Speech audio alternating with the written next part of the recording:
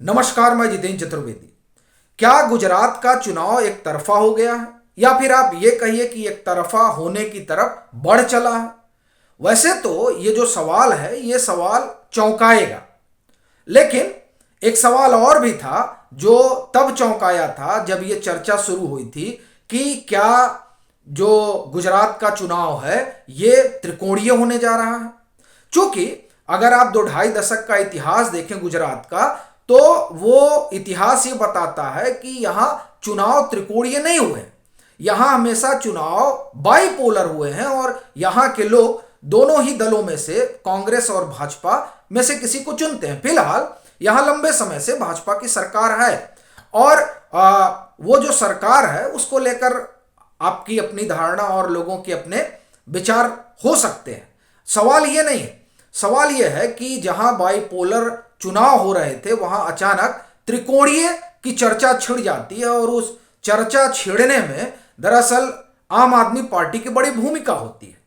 वो जिस तरीके से यहां पर आते हैं और एक माहौल बनाते हैं और जिस माहौल में वो गाजे बाजे के साथ ये बताते हैं कि ये जो आम आदमी पार्टी है वो भाजपा का इलाज कर सकती है।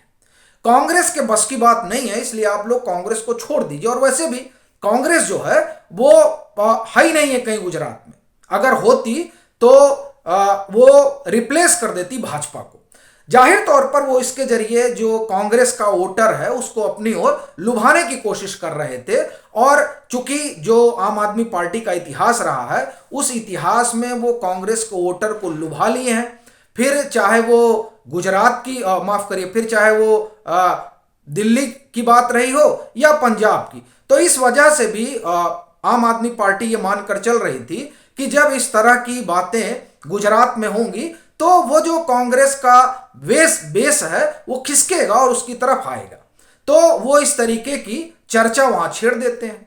लेकिन धीरे धीरे क्या होता है कि वो जिस पार्टी के इलाज का दावा कर रहे थे कि भाजपा की दवा वही है, तो अब वो अपनी दवा खुद ढूंढने लगे। और उसका बड़ा कारण ये रहा कि आम आदमी पार्टी ने माहौल जरूर बनाया, लेकिन उस पार्टी की स्थिति गुजरात में आया राम और गया राम वाली हो गई। पता चलता था आज कोई आ रहा है तो कल कोई निकल जा रहा। और वैसे भी जिस तरीके से आम आदमी पार्टी में भगदड़ है उससे यह स्वाभाविक हो गया कि दरअसल अब आम आदमी पार्टी के बस की बात नहीं है कि वो चुनाव को ट्रेंगुलर कर सके। और फिर यह चर्चा भी आम हो गई कि अब वो कुछ पॉकेटों में ही सीमित रहेगी और वहीं तक चुनाव लड़ेगी। ये चर्चा रही।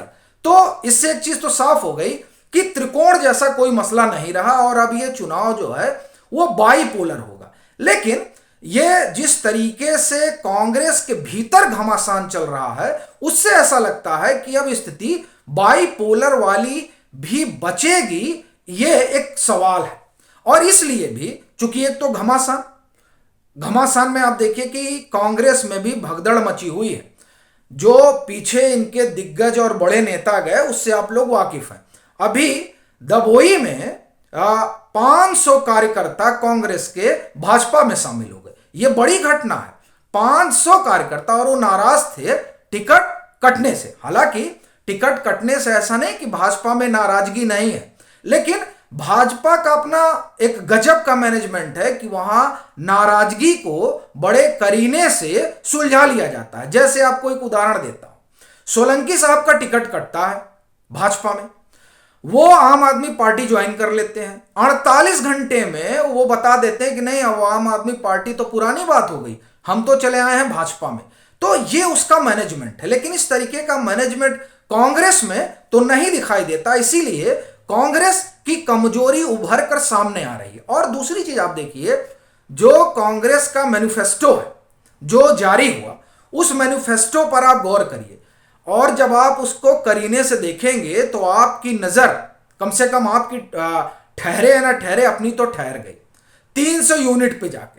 और बड़ी मजेदार बात यह है कि ये जो 300 यूनिट वाला किस्सा है उस पर आने से पहले मैं आपको शंकर सिंह वाघेला के इंटरव्यू का हवाला देता हूं, जो इंटरव्यू इस मैनिफेस्टो के आने से पहले इंडियन एक्सप्रेस ने लिया था और भी लोगों ने लिया होगा, लेकिन अपन ने इंडियन एक्सप्रेस में देखा। इंडियन एक्सप्रेस में वो उनसे सवाल फ्रीबीज पे पूछे जाते हैं तो वो सीधे कहते हैं कि फ्री क्या होता है। मैं जनता से अपील करूंगा कि वो फ्री की रेवड़ी में ना फंसे, वो साफ कहते हैं। और वो कहते हैं कि 300 यूनिट फ्री क्या होता है। और आप इत्तेफाक देखिए कि वो आम आदमी पार्टी को आड़े हाथ लेते हैं, फ्री बिजली वाले मसले पर वो आड़े हाथ लेते हैं। लेकिन जब कांग्रेस का मैनिफेस्टो आता है तो उसमें यही कहा जाता है तमाम बातों के साथ कि हम 300 यूनिट मुफ्त बिजली देंगे। जब ये बात उनके मैनिफेस्टो में आती है तो उससे एक चीज तो साफ नजर आती है कि कांग्रेस को इस बात का डर सता रहा है कि आम आदमी पार्टी कहीं उसका वोट में सेंधमारी न कर दे।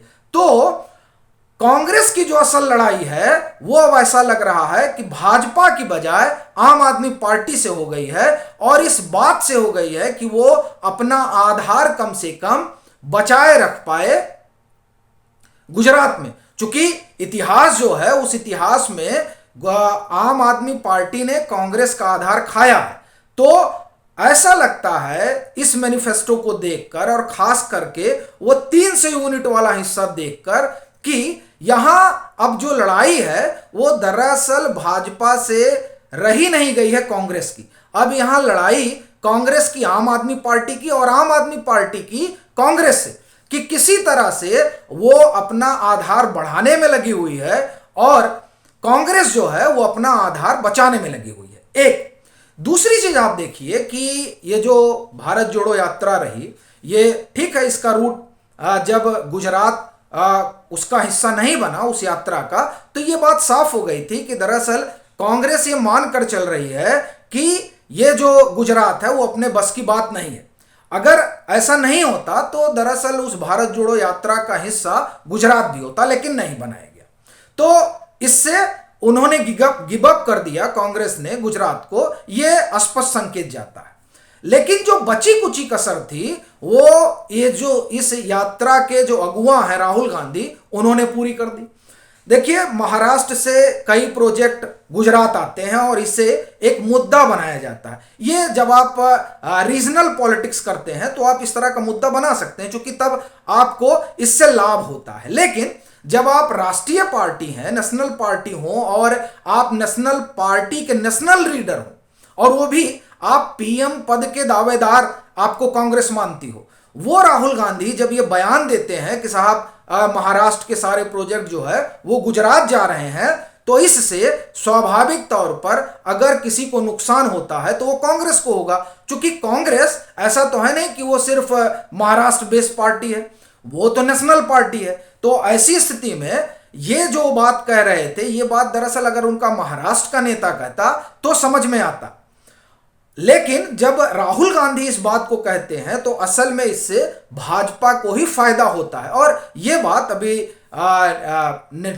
नेटवर्क 18 गुजरात उसने इस पर खबर की, और उसमें भाजपा के एक नेता को उन्होंने कोट किया, हालांकि नाम नहीं लिया, लेकिन वो कोट करते हैं कि भाजपा के लोग तो कह ही रहे हैं कि पहली बात तो राहुल गांधी का कार्यक्रम गुजरात में इसलिए नहीं लगाया गया क्योंकि राहुल गांधी आएंगे और कुछ ऐसा बोल देंगे जिससे भाजपा को फायदा हो जाएगा। वो आगे कहते हैं, लेकिन वो भले ही यहां ना आए हों, पर जिस तरीके से महाराष्ट्र में उन्होंने ये कहा कि प्रोजेक्ट जो है वो सब गुजरात चले गए, उसी को भाजपा भुना लेगी। और स्वाभाविक चीज है, अब ये अस्मिता का मसला बनाकर भाजपा वैसे ही कांग्रेस को वहां औंधेमुंह गिरा देगी।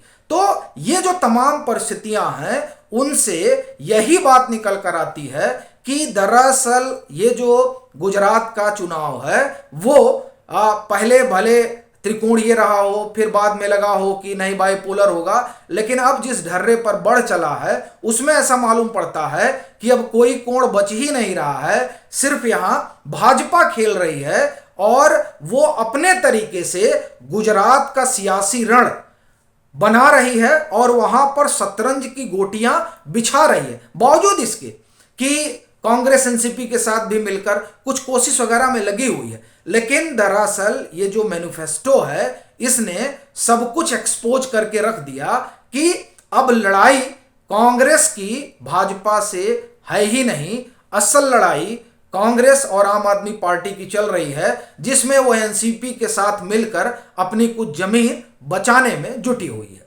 अभी के लिए फिलहाल इतना ही। अगर आप मतांतर से नहीं जुड़े हैं तो जुड़िए, वीडियो को लाइक कीजिए, शेयर कीजिए और अपने सुझाव जरूर साझा कीजिए।